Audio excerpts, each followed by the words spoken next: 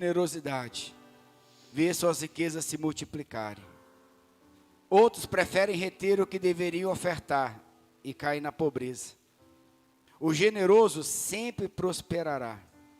Quem oferece ajuda ao necessitado, conforto, receberá. Há uma lei, algumas questões na Bíblia são leis que legitimam a movimentação dos céus na terra. E às vezes, por muitas pessoas explicarem as coisas de Deus de forma errada e muitas vezes até intencional, nós acabamos deixando de fazer o que é certo, porque alguns ensinam e fazem errado. E no que tange ao dízimo e oferta, isso é uma grande verdade.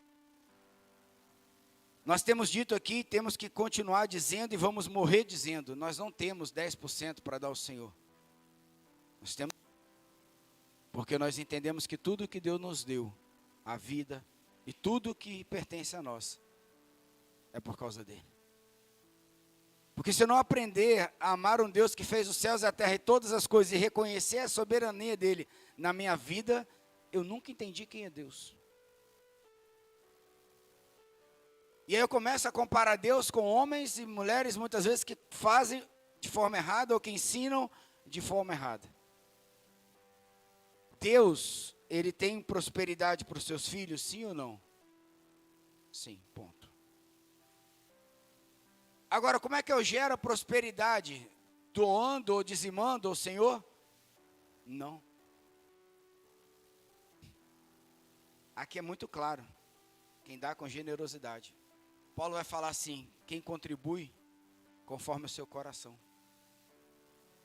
Então a lei espiritual não está representada no que você entrega, mas o coração que é entregue.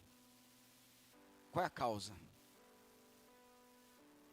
O que te faz ir ali e dizimar 10% do que você recebe ou uma oferta para a manutenção da casa do Senhor? A gente precisa entender, porque quem faz de forma correta, multiplica suas riquezas. Mas quem faz de forma errada, cai na pobreza. E não é só a pobreza, mas a pobreza de entender que tem um Deus que faz infinitamente mais do que pensamos. E nós nunca vamos confiar nele para que ele possa fazer isso em nossas vidas. Então, entenda nessa noite, o generoso sempre prosperará. Sempre. Um coração generoso, ele não prospera só no dízimo, na oferta, ele prospera em atender o outro, ele prospera a servir na casa do Senhor, ele prospera em servir na sua casa, em servir ao irmão, em fazer algo além, a mais. Por quê? Porque o coração dele não é movido pelo resultado, é movido pelo amor que ele tem ao Senhor. E ele sabe que Deus é galardoador daqueles que o buscam e o temem. Amém? Então você que trouxe seu dízimo, sua oferta, você pode vir aqui ao lado e depositar no gasofilácio nesse momento, e assim adorar o Senhor também com seus dízimos e ofertas. Nossos avisos da semana, nós estamos tendo nossas células, nós não temos mais o culto no meio da semana, para lembrar, nós temos as nossas células funcionando, as células estão funcionando na terça e na quinta-feira e terça-feira. Somos 4 células. Você que ainda não está inserido em nenhuma, me procure, eu procure a apóstola, um dos líderes, que nós estaremos direcionando uma para mais próxima da sua casa. Ou quem sabe, se não tiver uma próxima, abrir uma lá na tua casa. Amém? Nós estamos aí elaborando agora no final do ano, apesar da correria de final de ano, ainda teremos aí uma jornada dos homens, homem, reino e sacerdócio. Eu vou finalizar isso hoje, sem falta, com a apóstola, para a gente fazer. E já está a data das mulheres? Não, mas vai ter. Não, mas vai ter, que eu estou falando. E nós vamos ter também um movimento em final de ano para as mulheres. Amém?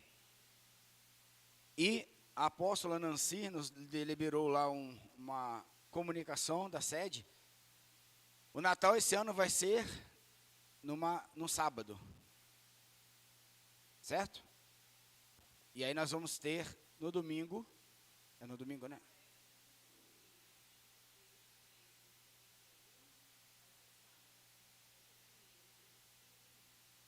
Tem certeza? Não era sábado? Peraí que eu me perdi, gente. Peraí. O dia do Natal é domingo. Isso. Só confirmando aqui rapidamente. Isso, Natal vai ser no domingo. O Ano Novo que vai ser no sábado. Era isso. Então, domingo de Natal, na véspera vocês vão passar com a família, no sábado, né? E no domingo nós teremos aí uma programação especial para o Natal. Amém? Então, se você já está fazendo planos e puder e quiser, inclua estar conosco. Nós vamos ter aí algumas questões, um culto diferente, um culto, né, que vai reportar um pouco das verdades do Natal. Vai ser domingo à noite, às 18 horas. Amém, queridos? Então, vamos à palavra do Senhor nessa noite, que será com a apóstola, não será comigo.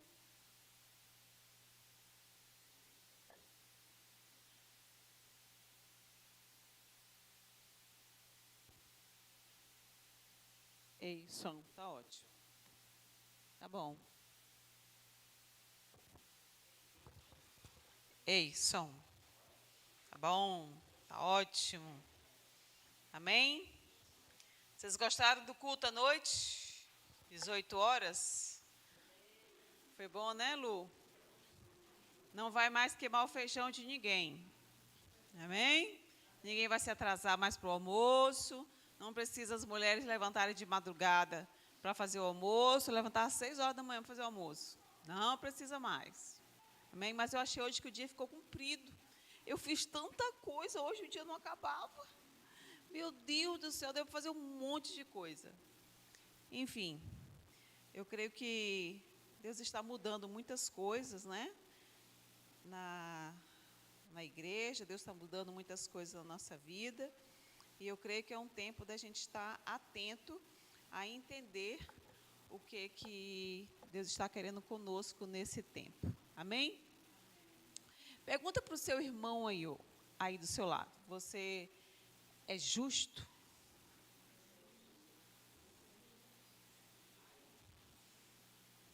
Ui, que pergunta que dá uma meda. Amém? Mas eu quero falar mais do que ser justo.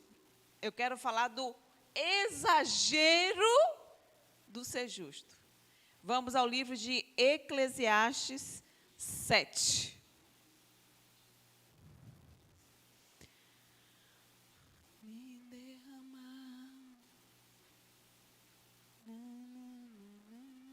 Gente, vocês assistiram o culto da sede hoje, foi a pastora Vilma. Ela deu uma palavra poderosa. Então, você entra lá no canal do YouTube, MAGC Oficial, e assiste. Amém?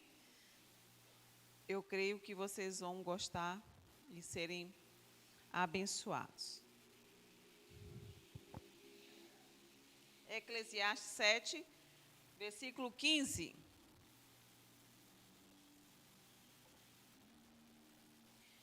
Posso? Que diz assim, a minha versão é atualizada, tá bom, queridos? A NVI. Nesta vida sem sentido, eu já vi de tudo. Isso é Salomão falando, tá? Um justo que morreu apesar da sua justiça e um ímpio que teve vida longa apesar da sua impiedade. Não seja excessivamente justo, nem demasiadamente sábio, porque destruir-se a si mesmo. Não é interessante a pergunta?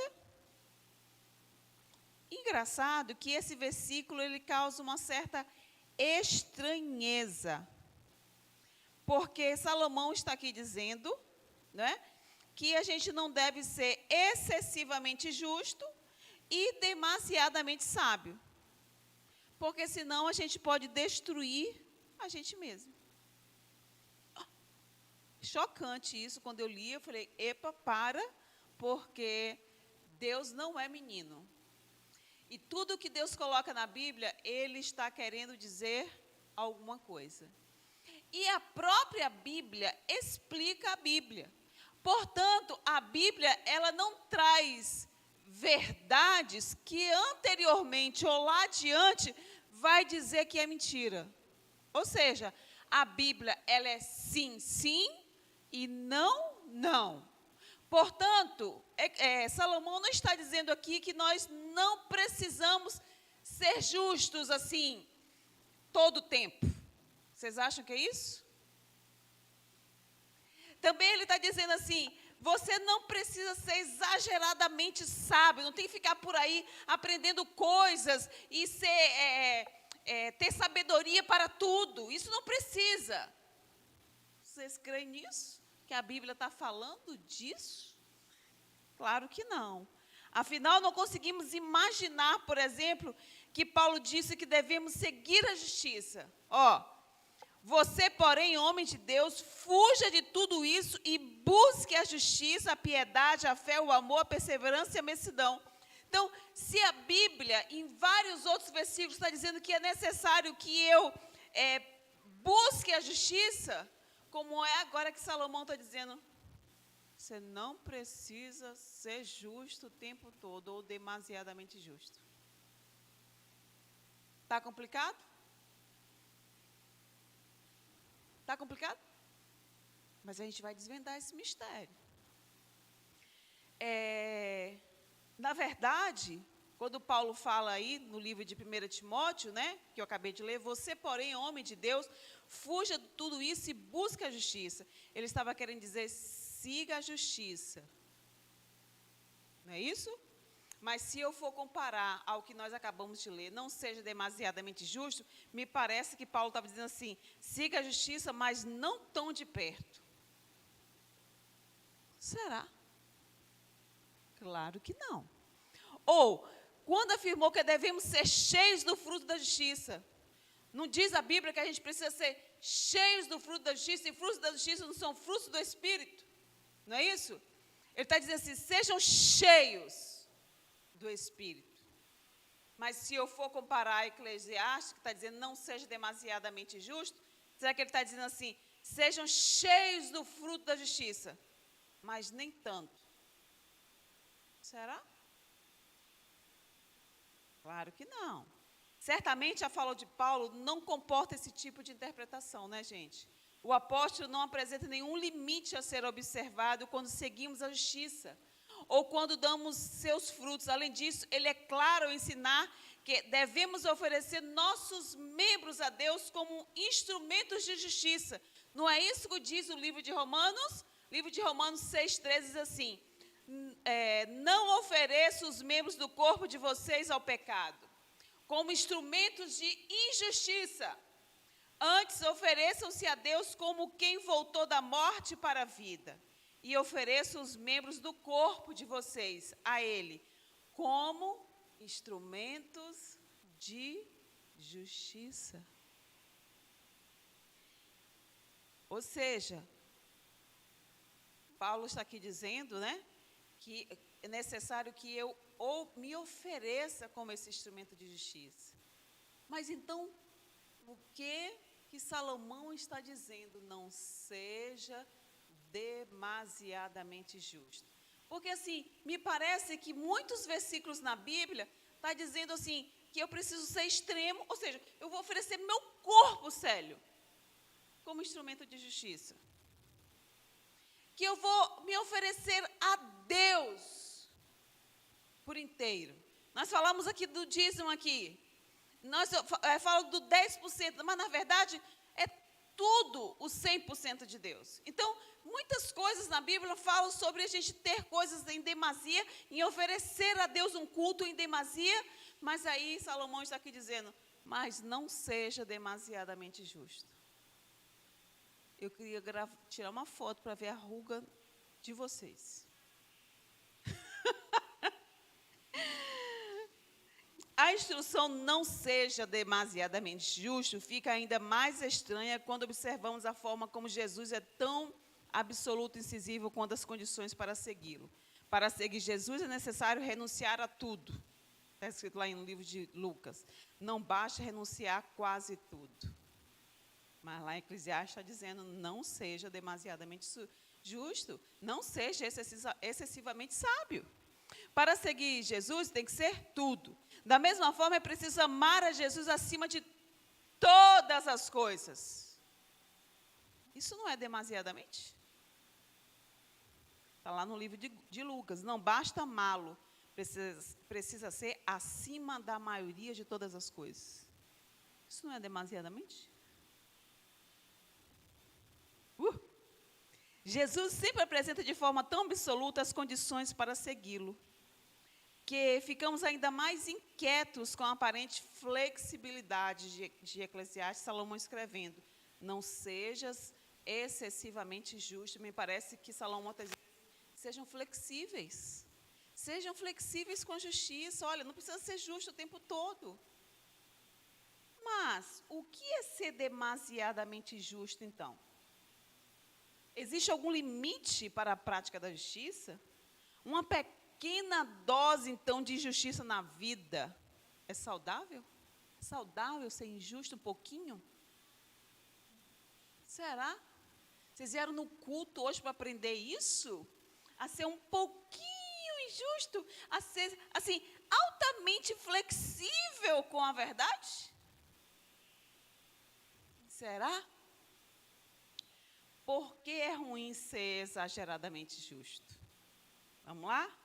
Qual é o limite que uma pessoa, qual é o limite que, uma vez ultrapassado, faz com que um justo se torne demasiadamente justo? Aí fui pensar, pedi ao Espírito Santo, aí veio. Não se refere, preste atenção, o demasiadamente justo, não se refere à intensidade com que uma pessoa pratica a justiça. Não se relaciona ao quanto o indivíduo exige de si mesmo uma conduta justa e reta. O exageradamente justo não é aquele que exige justiça. O exageradamente justo é aquele que exige justiça de si mesmo, mas sim o que exige ser tratado conforme a sua própria justiça. Então, peraí, já as coisas, o cenário já começou a mudar e o desenho já começou a surgir.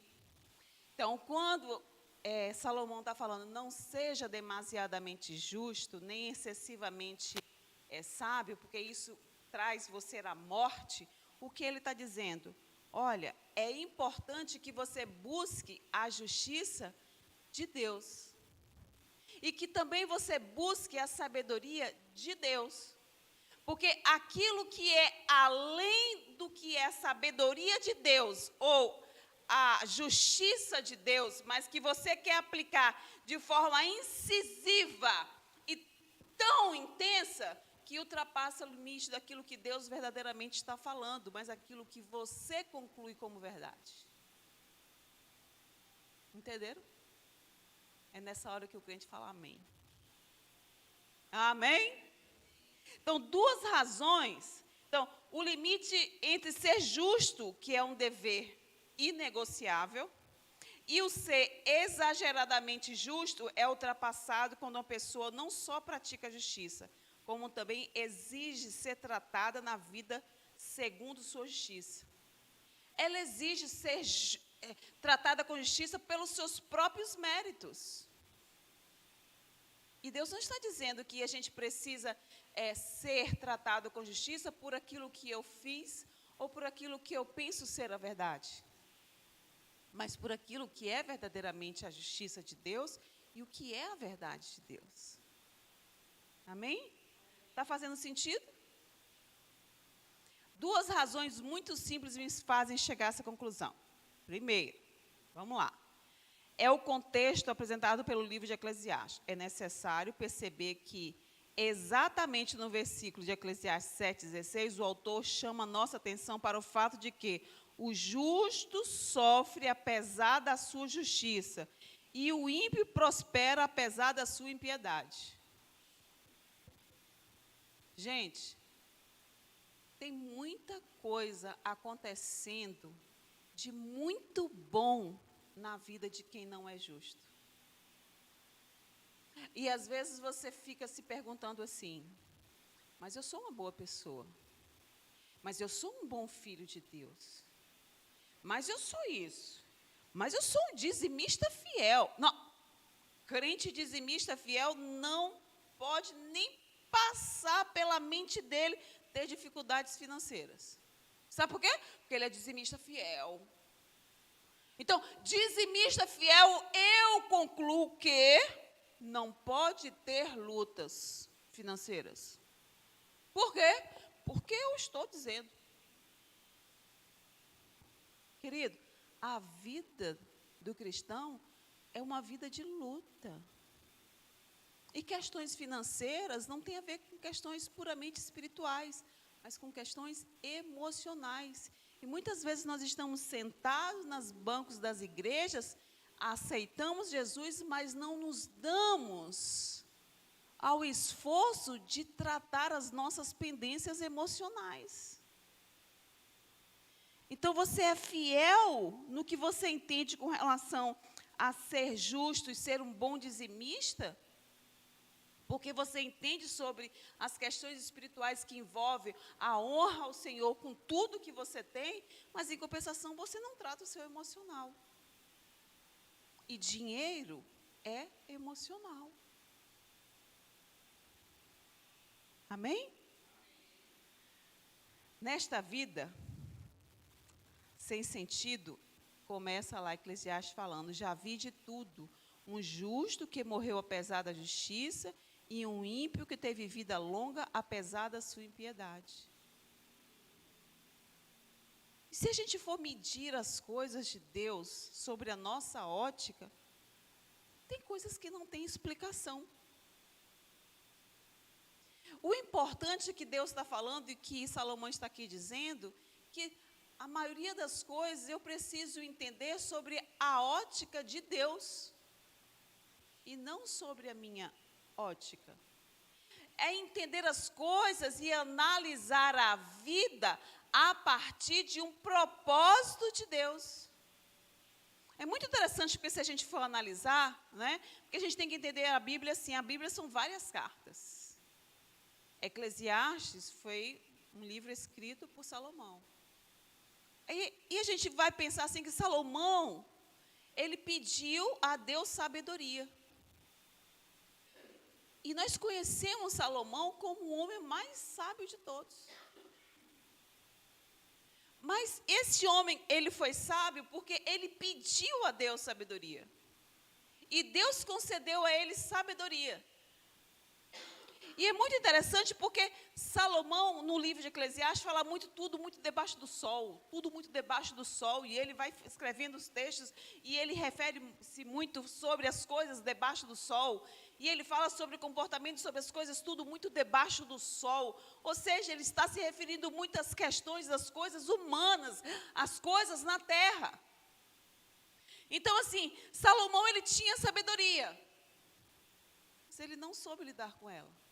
Haja vista, ele teve 10 mil mulheres, 500 mil concubinas, não sei o quê. Ou seja, um cara que buscou problema para ele, e tamanho gigante. Gigante. Ou seja, um cara que pedia sabedoria, mas que caçou marafunda. Ou seja, eu creio que ele tinha um relacionamento aqui com uma esposa, e só vir a ter novamente com ela, sei lá, daqui a 4 anos. Porque com tanta esposa que ele tinha, não tinha como voltar lá. Isso não é sabedoria. Então, o importante é que a gente tenha o entendimento que a sabedoria e a justiça de Deus, ela está relacionada às questões eternas. E não a medidas puramente terrenas.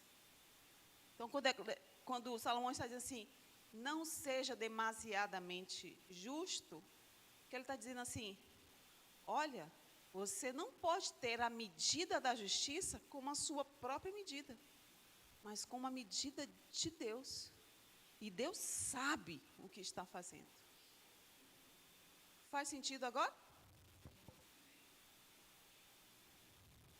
Em outras palavras, já que o justo sofre, apesar de sua justiça, e o ímpio prospera, apesar de sua impiedade, então não tem uma exigência de justiça tão elevada que te impeça de lidar com essa realidade, pois isso te destruiria. Gente, se a gente for analisar coisas na nossa vida, se a gente for analisar ao pé da letra e a análise da nossa ótica, se a gente não compreender as coisas como de verdade são no mundo espiritual, tem coisas que a gente enlouquece. Se você não olhar pelo olhar de Deus, tem coisas que não faz sentido. Não é verdade? Tem coisas que não faz sentido. E qual a segunda razão que eu encontrei? Eu achei alguém muito interessante que há muito tempo eu ficava me questionando por que tudo tinha que ter sido assim, que foi a vida de Jó. Um homem que de tão exageradamente justo pretendia ser mais justo do que Deus. Jó 32. Vamos abrir?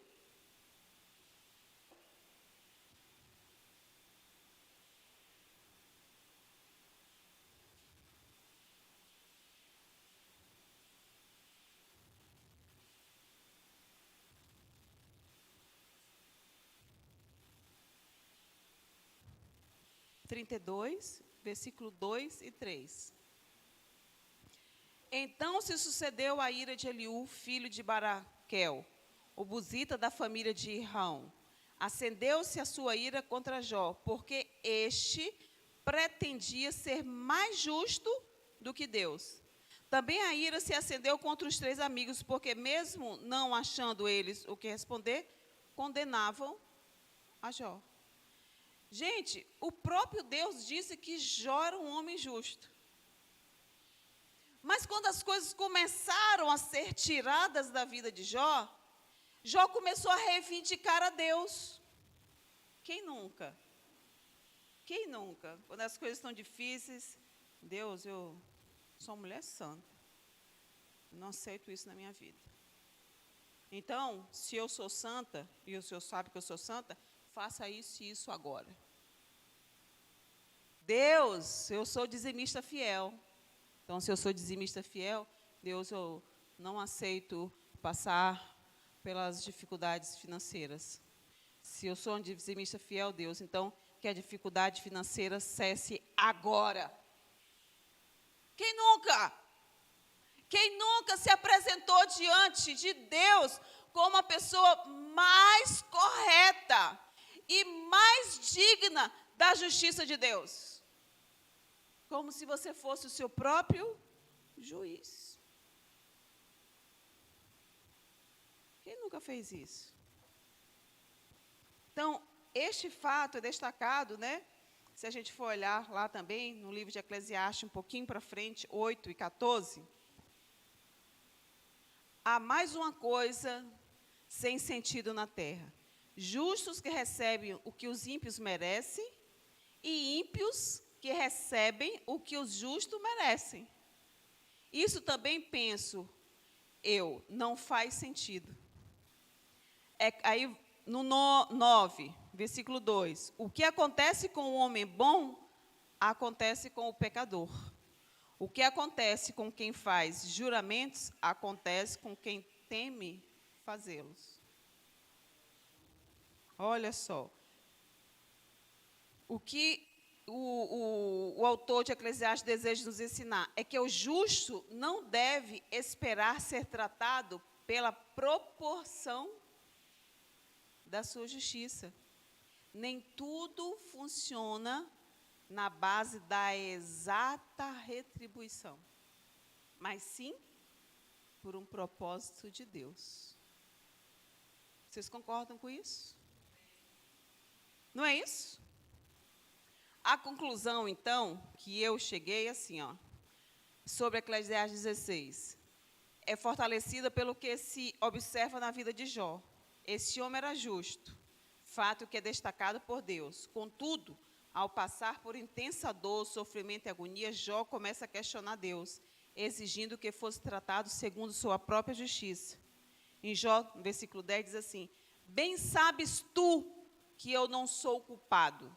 Todavia, ninguém há que me livre da tua mão. Ele já começa a ponderar que ele se advoga. Mas, em compensação, ele já começa a considerar que Deus é Deus e ele faz como ele quer fazer. Amém? Jó 13. Quantas culpas e pecados tenho eu? Notifica-me a minha transgressão e o meu pecado.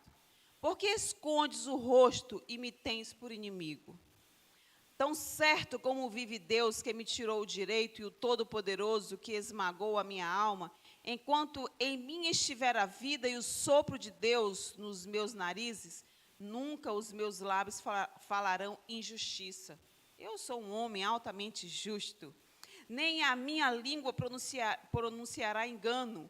A minha justiça me apegarei. A minha justiça me apegarei. E não a largarei. Não me reprova a minha consciência por qualquer dia da minha vida. Olha como é que Jó era justo.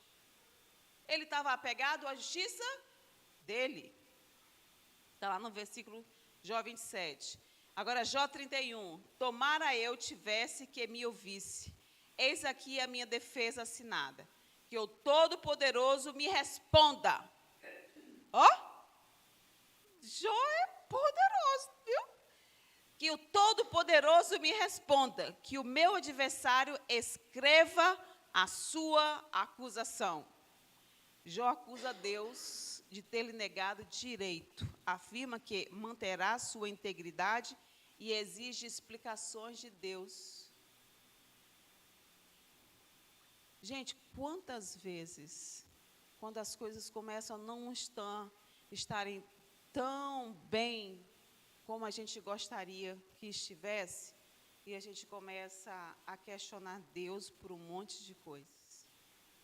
Queridos, essa palavra não é para trazer condenação sobre a nossa vida, mas para trazer uma reflexão de onde nós estamos, do que nós temos feito das nossas vidas e o que nós temos semeado para a eternidade.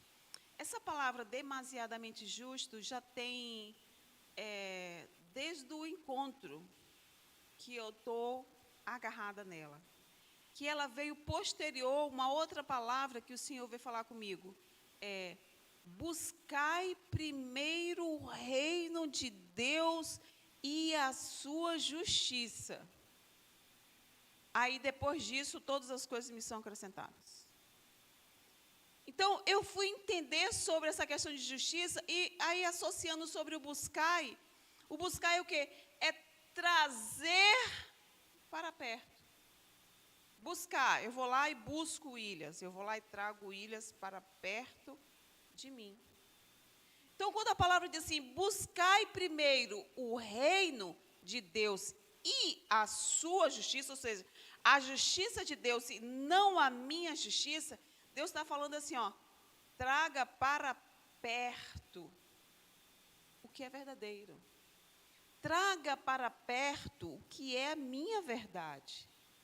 Traga para perto e conhecimento seu o que é o meu propósito sobre as coisas. Quando você entender sobre a minha vontade e o propósito sobre todas as coisas, aí as coisas passarão a fazer sentido. E aí todas as coisas lhe serão acrescentadas. Amém, queridos? Isso é uma palavra de esperança. É uma palavra profética para que a gente tenha direção para onde seguir. Porque se eu não sei qual o caminho a tomar, qualquer caminho serve.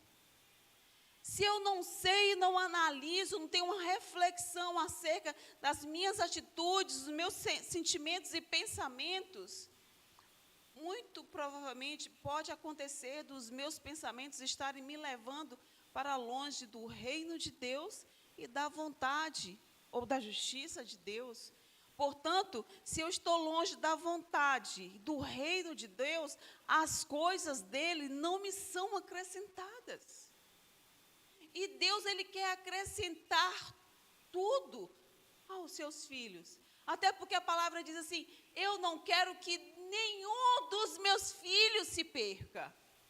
eu tenho interesse na vida de cada um. Isso é uma palavra de zelo, uma palavra cuidadosa para a nossa vida.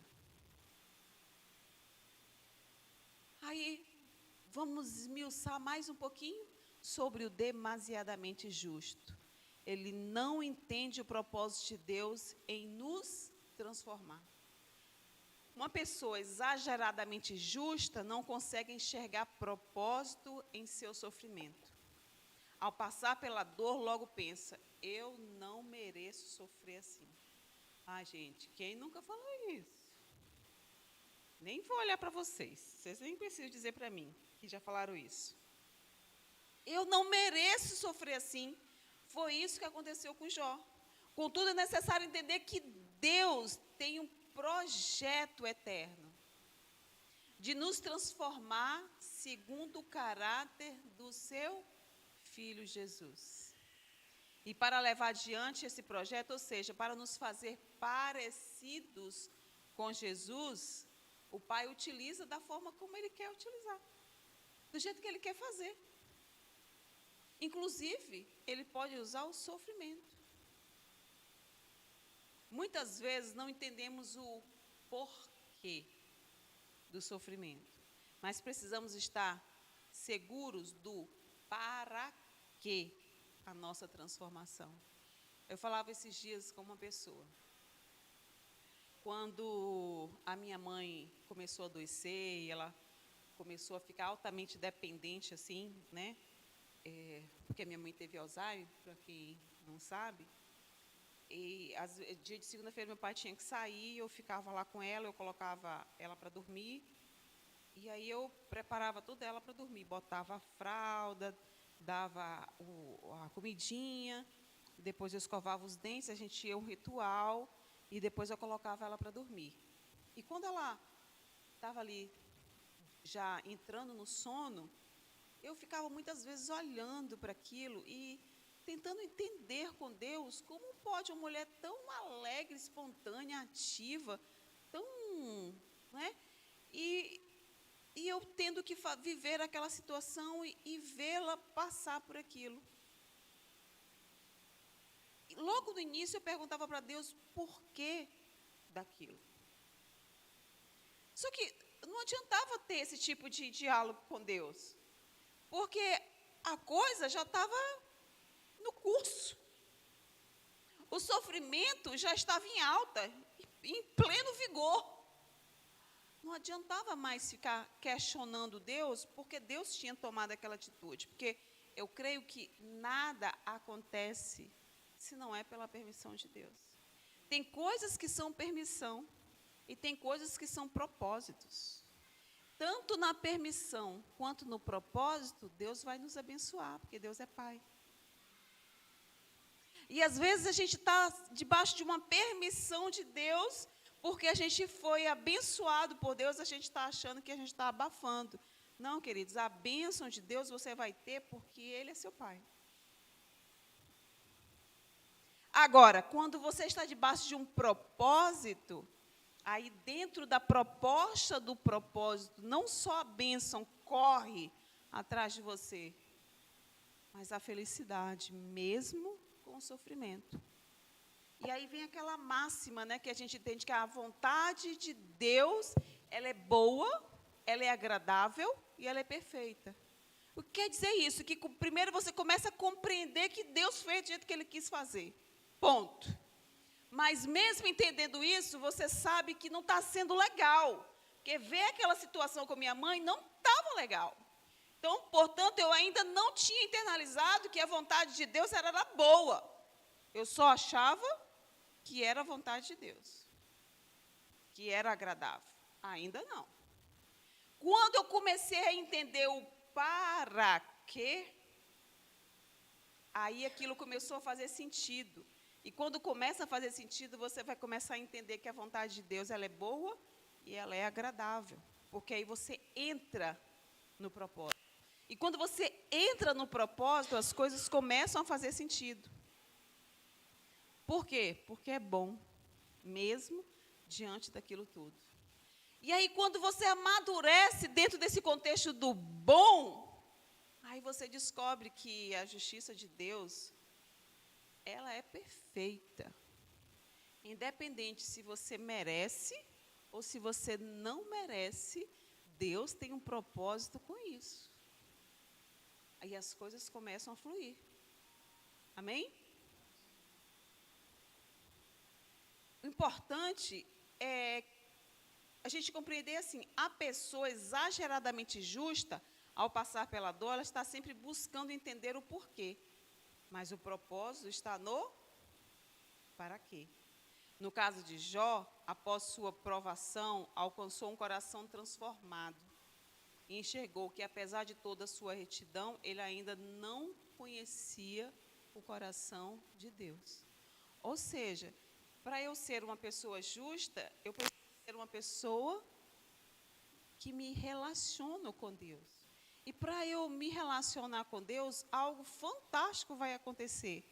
Eu vou conhecer o coração de Deus. Quer um exemplo? Por exemplo, eu estou casada há 21 anos. Há 21 anos atrás, eu não conhecia o coração do meu marido. Conhecia tudo, né? Menos o coração. Mas a proporção que eu fui me relacionando, que eu fui vivendo situações boas e ruins, e muitas situações, inclusive, que eu não merecia, é que eu pude conhecer o coração dele. E aí sim, 21 anos depois de dizer, eu conheço o coração do meu marido. Mas para conhecer o coração do meu marido, eu vivi tanto as coisas que eu merecia, quanto as coisas que eu não merecia.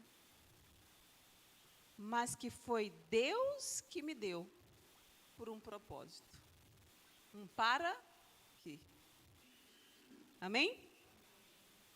Aí Jó também fala assim, quando ele já conhecia o coração de Deus, ele diz assim, eu te conhecia só de ouvir, mas agora os meus olhos te veem.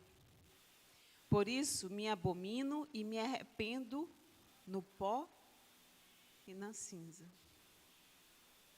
Ou seja, tem muitas coisas que eu ainda estou aplicando a minha justiça terrena, a minha justiça almática, porque eu ainda não conheci integralmente o coração daquele que é a justiça.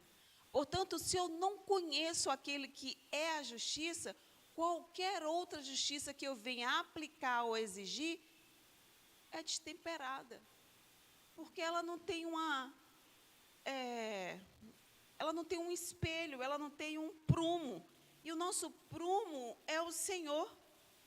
E eu só vou saber a medida desse prumo se eu conhecer quem é o prumo, quem é a medida, quem é o bastidor daquilo. Correto? Aí tem outra coisa. O demasiadamente justo pode se negar a ser um canal onde a graça, o favor imerecido de Deus flui e alcança pessoas. Cara, eu tive uma experiência maravilhosa na sexta-feira. Gilberto, ele tem um irmão que está doente. E a gente já vem falando de Jesus para esse irmão há algum tempo. Silmara deu o curso de batismo para ele. Muitas pessoas foram lá falar de Jesus. Eu e Micaele lá no hospital, a gente falava de Jesus direto para ele.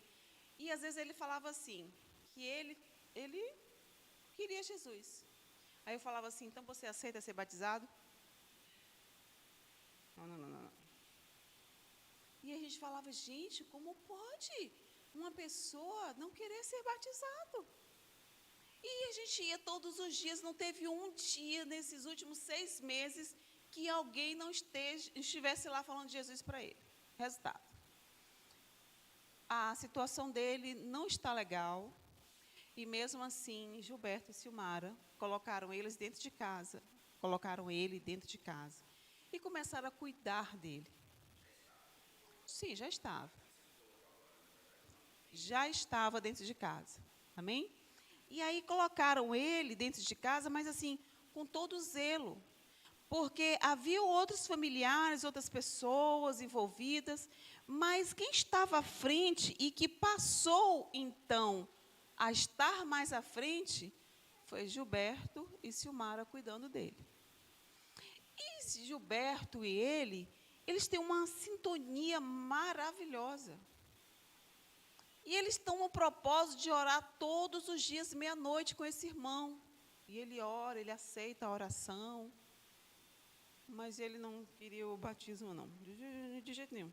De jeito nenhum. Sexta-feira estivemos lá. Aí, na hora que a gente estava orando, eu tive uma visão que a mente dele estava assim muito confusa, muito conturbada, aquela coisa toda. E aí Deus me deu uma palavra, que foi lá no Salmo 27, eu li esse salmo para ele e falei para ele assim: querido, o batismo, ele não é uma condição se eu quero ou se eu não quero. É um chamado de Deus ao mundo espiritual. Então, se tu recebeu a Jesus, se você entendeu quem é Jesus na tua vida, deixa eu te falar, se você te batizar, nada vai mudar na sua vida, aqui na terra. Mas se você se batizar, muitas coisas sérias vão acontecer no mundo espiritual. E além do mais, eu não estou te apresentando o Jesus dos crentes. Eu não estou te apresentando uma igreja. Eu estou te falando de amor. Eu estou te falando que esse tempo todo você tem sido cuidado por Jesus. Portanto, eu estou te apresentando o Jesus do seu irmão, que o tempo todo foi conduzido por ele a cuidar, zelar e amar você. Portanto, você quer ser batizado agora? Quero. Cara, ele estava aplicando a justiça própria dele, porque o que ele conhecia sobre Jesus era que muitas vezes era um Jesus imposto a ele sem misericórdia. Era um Jesus imposto a ele sem amor, na obrigatoriedade de aceitar Jesus, senão vai para o inferno. E Jesus não é o Jesus do inferno, queridos. Jesus é o Jesus do céu, Jesus é o Jesus do amor, Jesus do zelo, da dedicação, Jesus da saúde, Jesus da entrega, que ninguém tinha apresentado isso para ele. Falei, você está convivendo com Jesus todos os dias, e você simplesmente está dizendo, não quero, você não tem nem mais volta, você já está com Ele, Ele já ama você, Ele já zela por você, já cuida de você. Você quer aceitar Jesus? Quero. Você quer ser batizado agora? Quero. Falei, então Gilberto vai batizar você agora. Cara, ele ficou numa felicidade, porque ele estava aceitando o Jesus que estava cuidando dele todo dia. Faz sentido? É esse Jesus que Deus está nos convidando a apresentar às pessoas, o Jesus que se relaciona, o Jesus que tem misericórdia, o Jesus que não julga, o Jesus que ama, o Jesus que traz para perto, o Jesus que acolhe, o Jesus que entende, o Jesus que limpa o pecado, o Jesus que cura a enfermidade. Mas a gente é tão demasiadamente justo que primeiro a gente não pode nem ir no lugar se não tiver crente. A gente tem que ser vice-querubim dentro da igreja. Mas lá fora, nem me misturo, viu, Célio? Nem me misturo. Onde é que está escrito isso na palavra? Jesus, ele veio para todos. Jesus, ele veio querer as pessoas. Ele não tinha acordo com o pecado, mas ele amava os pecadores. E nós não temos sabido amar as pessoas. A gente tem falado de Jesus sem entender o que é o verdadeiro amor. Faz sentido?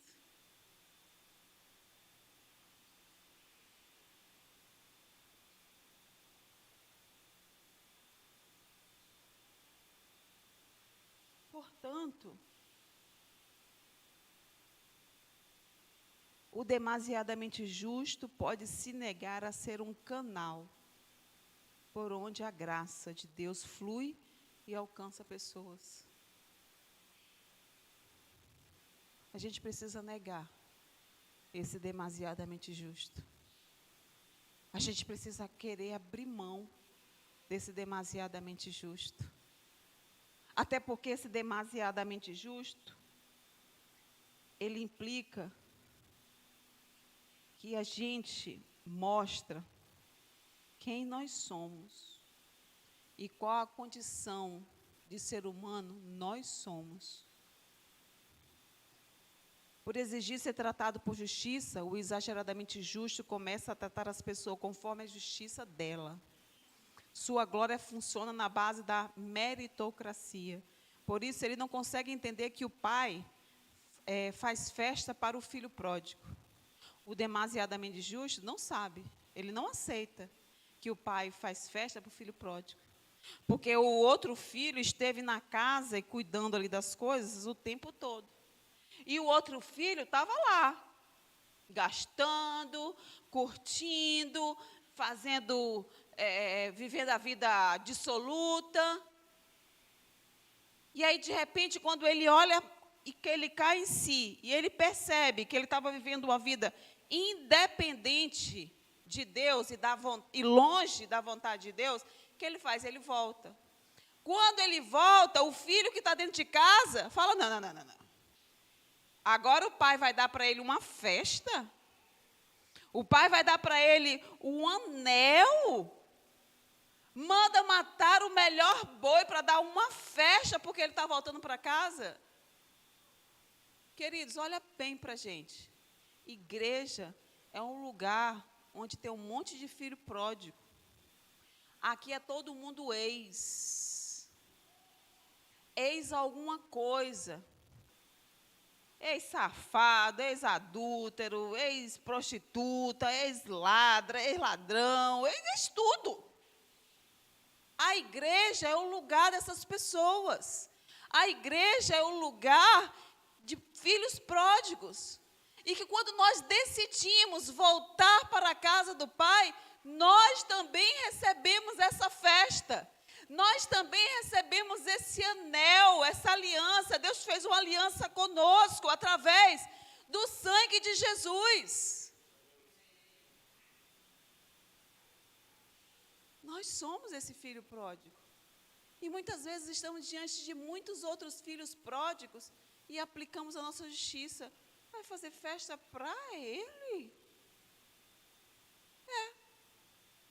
Não foi feito para você, que também nem merecia?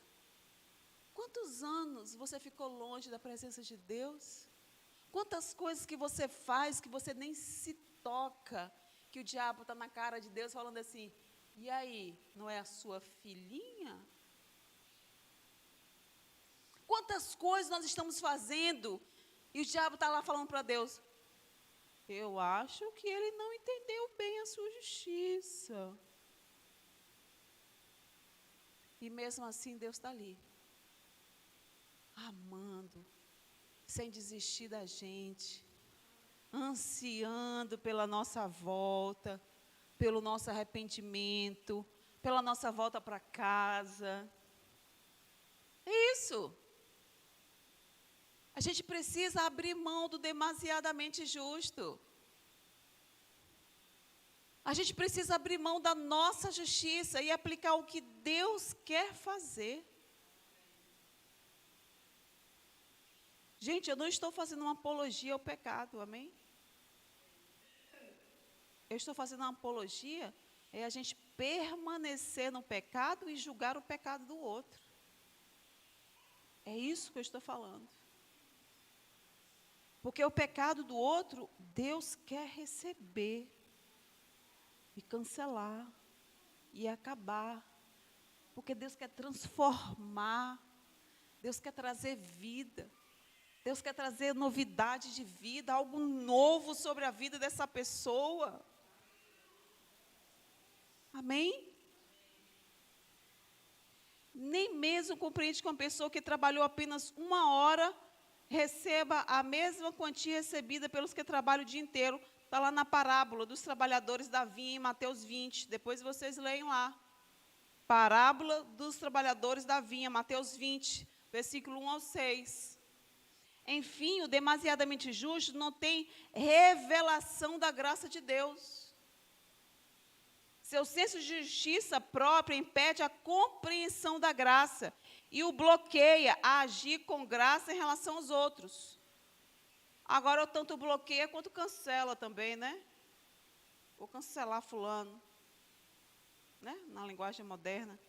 Portanto, sem negociar a santificação, pois sem ela ninguém verá o Senhor, não caiamos na armadilha de sermos demasiadamente justos, compreendendo sempre o papel do sofrimento da nossa transformação e mantendo sempre o coração aberto para o fluir da graça de Deus em relação ao nosso próximo.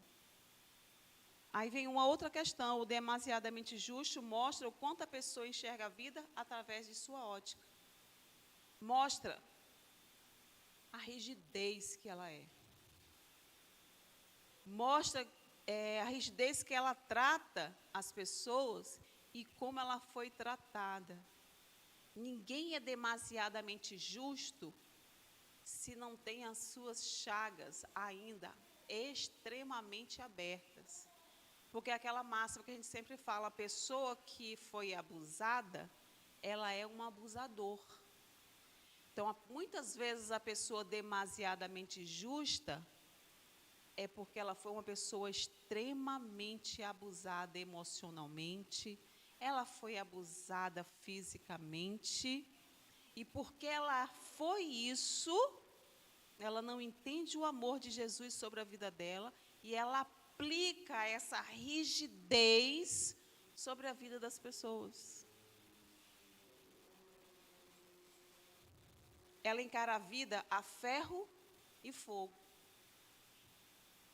Como no hebraico, que se refere ao modo reflexivo e traz para si mesmo sua própria justiça, é a tal da autossantidade. Eu sei que eu sou uma pessoa santa, hein?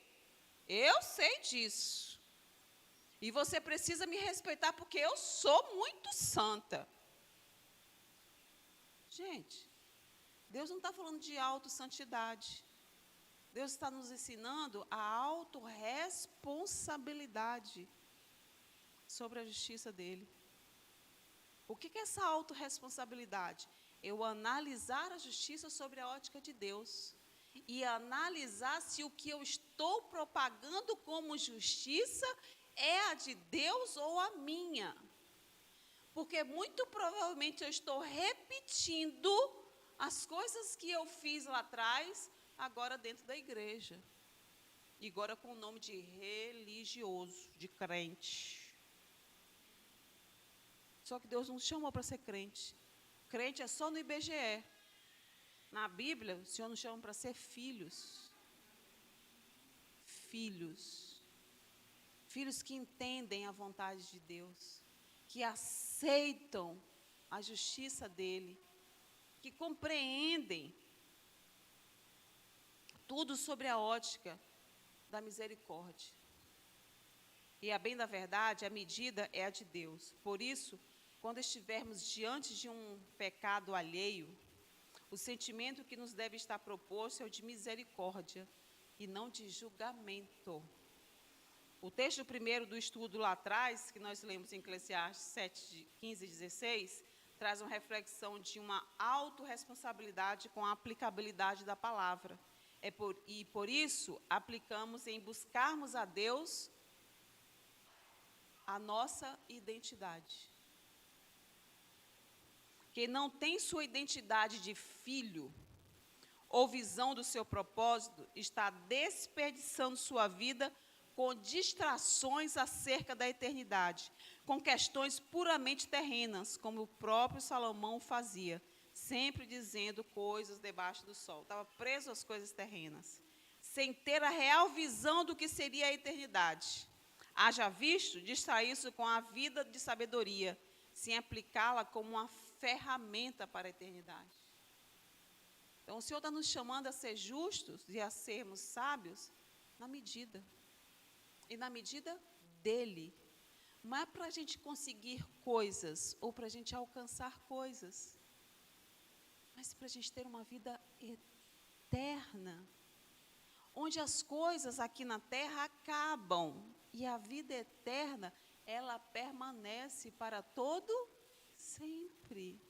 Então, o Senhor está nos chamando para um relacionamento com Ele para todo sempre.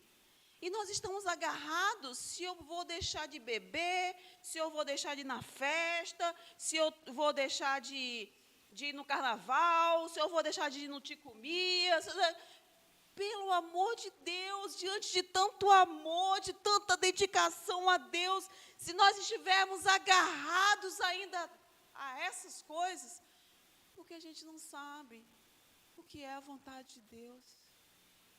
Isso passa a ser tão pequeno e tão sem sentido quando a gente entender o real sentido da vida de Deus na nossa vida ou na vida do outro, através de você. O que significa a palavra justo na Bíblia? Significado de justo, em algumas situações, na religião, considerado puro diante de Deus. Os justos alcançarão os céus, em conformidade com a justiça, com a razão, em que há equidade, que julga ou se importa imparcialmente, que não toma partidos, que lhe é devido por direito ou dever merecido. A punição foi justa.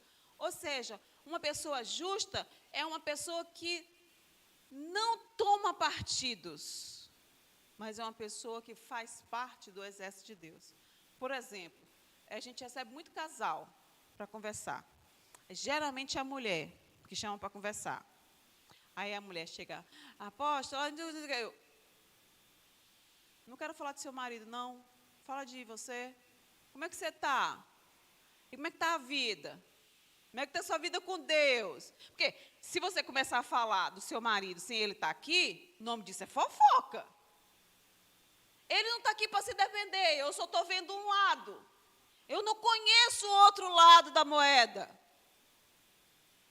Portanto, se eu tomar o partido dela, pode ser que eu esteja sendo injusta com o marido dela. Portanto, quem é justo? Deus.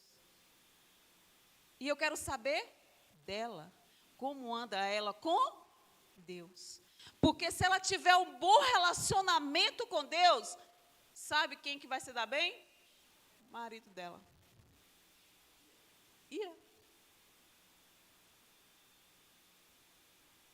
Portanto, a gente não está aqui para tomar partidos.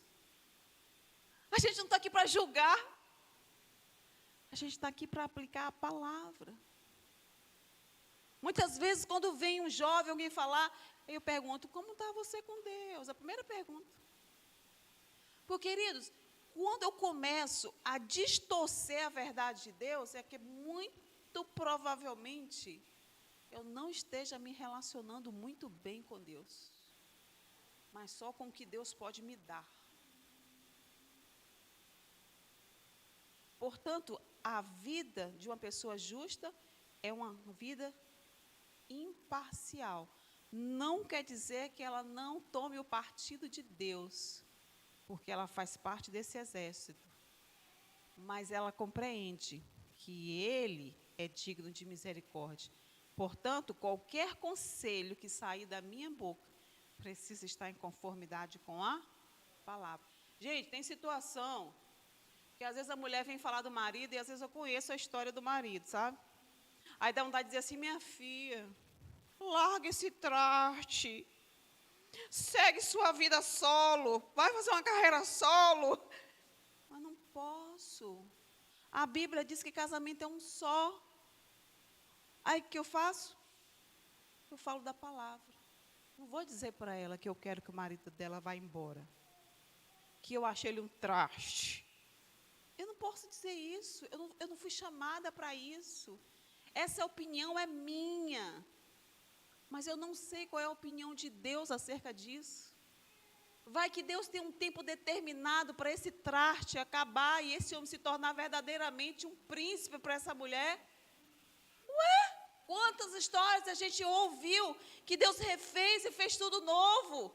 Se eu mandar aconselhar essa mulher, larga esse traste aí que ele vai embora. Você já pensou? Se Deus tinha propósito para refazer e fazer tudo novo. A culpa foi de quem?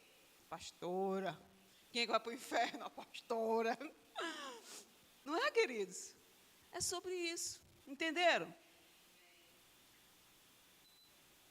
O autor fala que a justiça demasiada mata. Não foi isso que a gente leu? Pois todo desequilíbrio tem uma motivação anterior. De ser carrasco, religioso, porque ele não se perdoa, ou a sua autojustiça o impede de ver a Deus como Deus é, verdadeiramente. Certamente uma pessoa que foi religiosa demais, uma pessoa que foi exigida demais. Então, da mesma forma como ele foi exigido, ele vai começar a querer exigir também em nome de Deus. E o que é morte é essa pessoa? A morte, quando ele fala assim, que ser demasiadamente mata, não está dizendo somente que mata fisicamente, mas é a morte da solidão, é a morte da reclusão, é a inferioridade, é a morte social. Sabe por quê, queridos? Porque Deus é um Deus relacional. Quando eu sou uma pessoa demasiadamente justo, eu começo a ser uma pessoa não grata, né? Não. Hã? Não grato? Não, uma pessoa não querida. Hã? Por quê? Porque a gente já sabe que aquela pessoa, primeiro que ela fala demais, a Derbal, né? Ela critica tudo. E a gente não foi chamado para isso.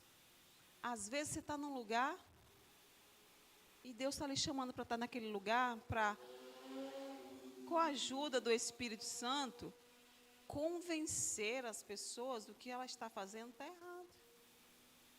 Se você não tiver a ajuda do Espírito Santo, e se não for essa a proposta de Deus, fica caladinho.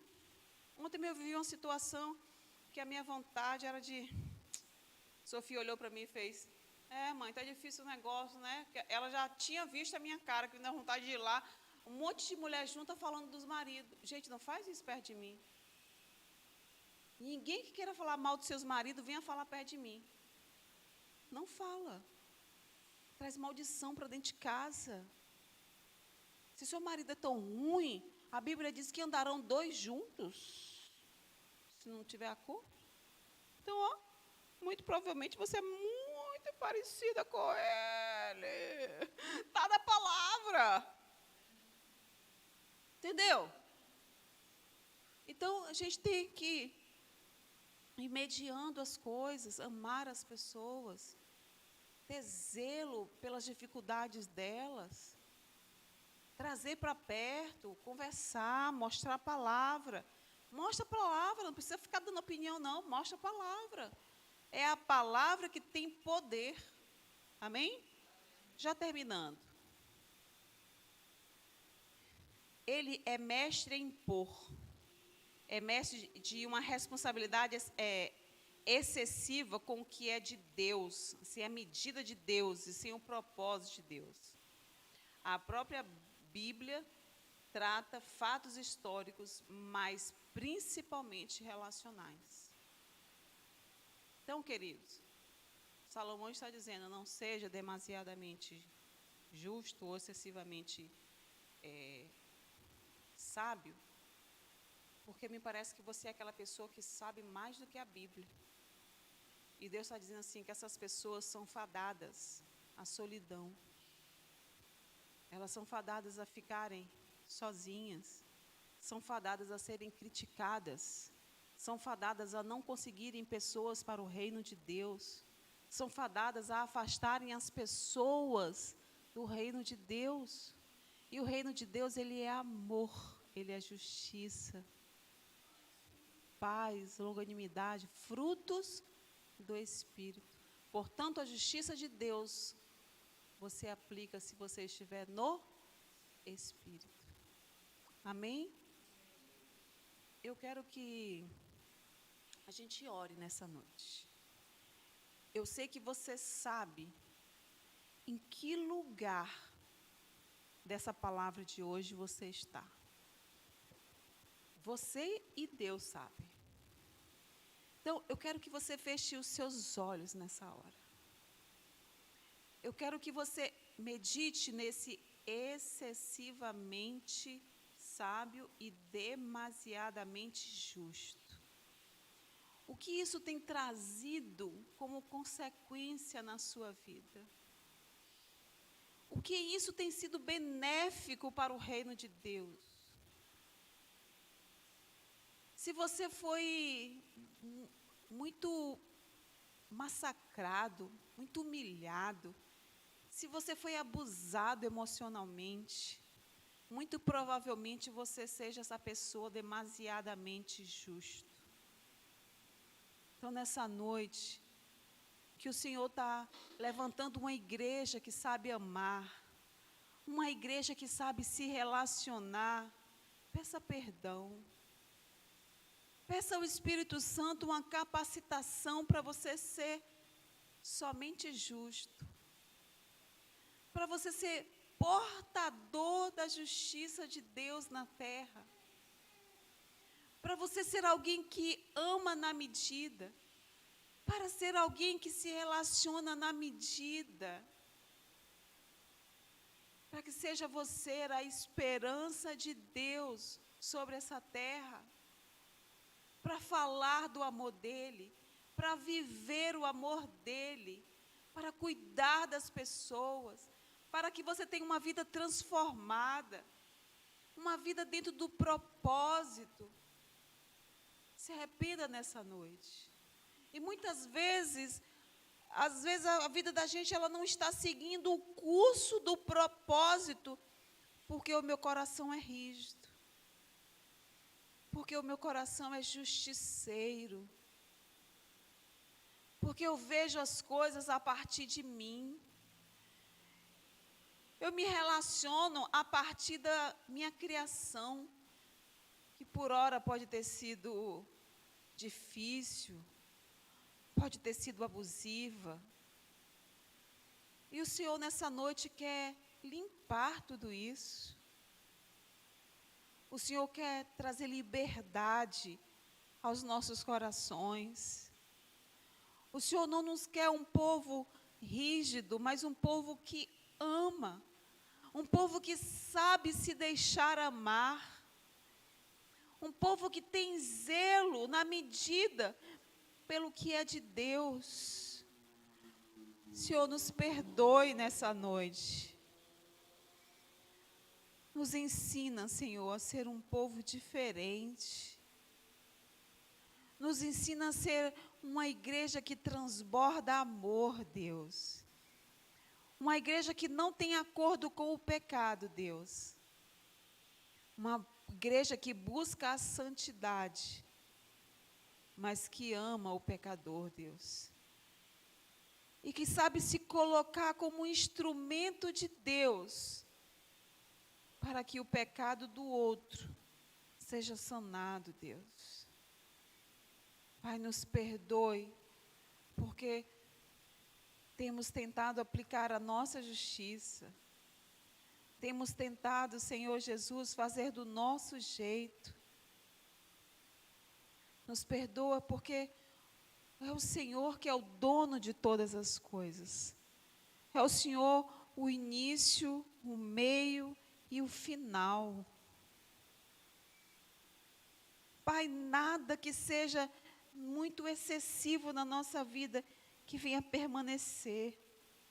Que caia por terra, Deus, tudo aquilo que é demasiado em nossas vidas. Tudo aquilo que for em excesso, Senhor Jesus, que esse nosso pecado, Senhor Jesus, caia por terra. Nós não queremos mais isso, Deus. Mas nós queremos ser um povo que sabe amar. Um povo que sabe a palavra. Um povo que sabe se relacionar, Deus. Em nome de Jesus, nos capacita e nos perdoe nessa noite. Queremos ser filhos maduros. Filhos que querem fazer parte de uma história, de uma igreja que sabe se relacionar. Nós não queremos o mundo dentro da igreja, Deus. Não é isso que nós estamos pedindo. O Senhor conhece o nosso coração. Mas nós queremos ser um instrumento do Senhor para arrancar toda a maldade, toda a justiça própria, todo o julgamento, todo o pecado, toda a lascívia, toda a maldade, tudo aquilo que não vem do teu coração, Deus, tudo aquilo que não for fruto do Espírito, que cair por terra agora, em nome de Jesus. Que relacionamentos sejam restaurados, que a nossa vida de santidade, a nossa vida de relacionamento com Deus seja restaurada, que a nossa vida de leitura da palavra, Pai, porque é a tua palavra a medida para todas as coisas. É ela, Senhor Jesus, a origem. É ela, Deus. E que nós sejamos um povo que conhece a palavra, que sabe aplicar a palavra, que compreende a palavra e que ama o outro, Senhor, e que ama o outro, em nome de Jesus. Amém? Glória ao teu nome, Jesus.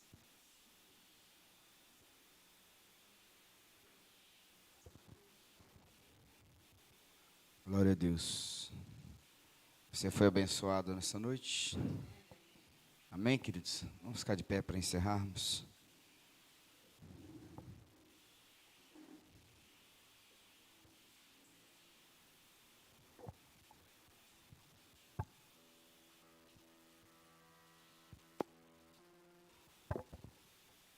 Jesus, ele é o caminho, a verdade e a vida. Jesus não é o meio e não é o fim.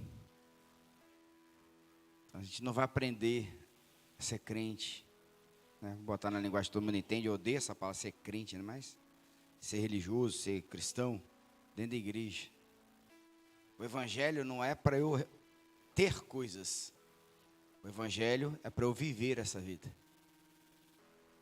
E viver de uma forma que Deus quer, não da forma como eu desejo. E nós precisamos estar preparados, porque Jesus também nos alertou lá em Mateus 7. Não julguem, para vocês não serem julgados. Porque da mesma forma que julgarem, serão julgados. Jesus está afirmando.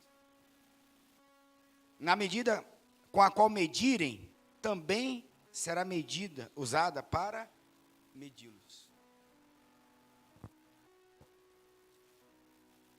É muito interessante isso. É por isso que eu amo o evangelho, porque o evangelho não é para mim, o evangelho não é para ela, o evangelho é para todos nós. Quem é o maior? Quem é o menor? Quem merece? Quem não merece?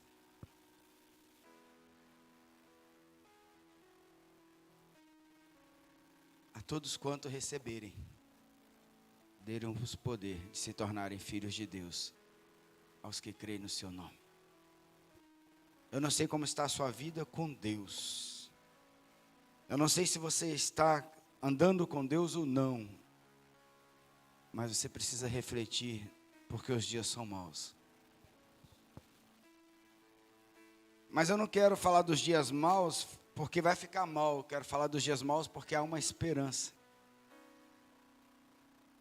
Dentre um mundo corrompido e caído, como diz a palavra de Deus, há uma vida e vida em abundância para eu e você vivermos. E só é possível através de Cristo Jesus. Então, se há alguém aqui que está com a sua aliança quebrada com o Senhor, que está pródigo nessa noite, eu preciso te chamar. Volta para casa. Eu estou falando para você vir para o MGC, se quiser ficar aqui, amém. Mas tem que aguentar a gente também. Mas se você está com a sua aliança quebrada com o Senhor, hoje é dia de você restaurar a sua aliança com o Senhor. E se o Espírito Santo te convencer nessa noite, vem aqui na frente, que eu quero orar por você. E se você nunca fez uma aliança com o Senhor, mas entendeu o que você ouviu nessa noite e deseja ter uma vida abundante com o Senhor, e vai abundar tudo, queridos. Abunda a bênção, abunda a dificuldade, abunda a guerra, é uma abundância só. O Senhor é meu pastor e nada me faltará. Esse texto ele é muito interessante porque quando foi escrito no pior momento da vida do salmista. E ele concluiu a verdade, nada falta.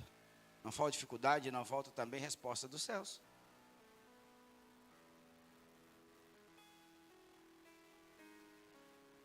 Então você nessa noite que ainda não fez uma aliança com o Senhor, você também pode fazer.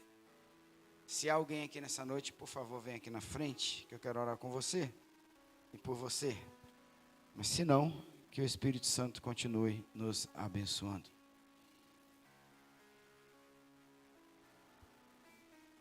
Vamos orar? Pai, nós fomos expostos, Senhor, à Tua palavra nessa noite, à Tua presença. Que ela como uma semente, ela possa cair aos nossos corações. E Teu Espírito possa regar. E ela venha, Senhor, produzir o fruto para o qual ela foi lançada, Pai. Senhor, Tu conheces, sondas o coração de cada um, sabe a medida, a circunstância e a necessidade de cada um nessa noite. E eu oro, Senhor, para que o Senhor visite a cada um nesse lugar, que o Senhor visite cada família aqui representada, cada pai, cada mãe, cada esposo, cada esposa, cada filho, Senhor, e cada situação, Pai. Tu és o Deus que responde às nossas orações, Tu és um Deus que está disposto e disponível a nos abençoar. Os Teus ouvidos estão abertos, Senhor, à nossa oração nessa noite, e os Teus braços estendidos à nossa salvação. Então eu clamo ao Senhor e profetizo que haja salvação sobre este lugar, Senhor. Que haja salvação em cada casa, que haja resposta de oração, que haja transformação de vidas e de circunstâncias. Que haja transformação, Senhor, da saúde emocional, da saúde financeira, da saúde espiritual, da saúde, Senhor, carnal, Pai. Que o Senhor venha nos socorrer nesse tempo tão difícil, mas que acima de tudo, nós possamos Te conhecer em espírito e em verdade. Abençoa a nossa cidade, Senhor, nesses dias. Abençoa o nosso estado, a nossa nação. Bendita é a nação cujo Deus é o Senhor. E nós entregamos, Pai, todo o governo de nossas vidas ao Senhor, para que o Senhor venha fazer segundo a Tua boa, perfeita e agradável vontade. Sê conosco nessa semana, Pai. Dá-nos uma semana abençoada. Dá-nos, Senhor, uma semana de encontros contigo, a cada dia, a cada instante e a cada momento. E que os nossos olhos possam ver as mãos e o favor do Senhor nos encontrando. Fala aos nossos corações com a Tua palavra, em nome do Senhor Jesus. Em nome de Jesus. Amém? Amém. Debaixo de Tuas asas é o meu abrigo, meu lugar secreto, só Tua graça me basta e Tua presença é o meu prazer. Você que está nos visitando, que o Senhor te abençoe. Estaremos aqui sempre, esse lugar, esse cantinho disponível para você ouvir a palavra do Senhor. Amém? Dê um abraço no teu irmão, declare ele a paz do Senhor. Tenham todos uma semana abençoada. Que a graça e o favor de Deus atinja vocês de uma forma sobrenatural.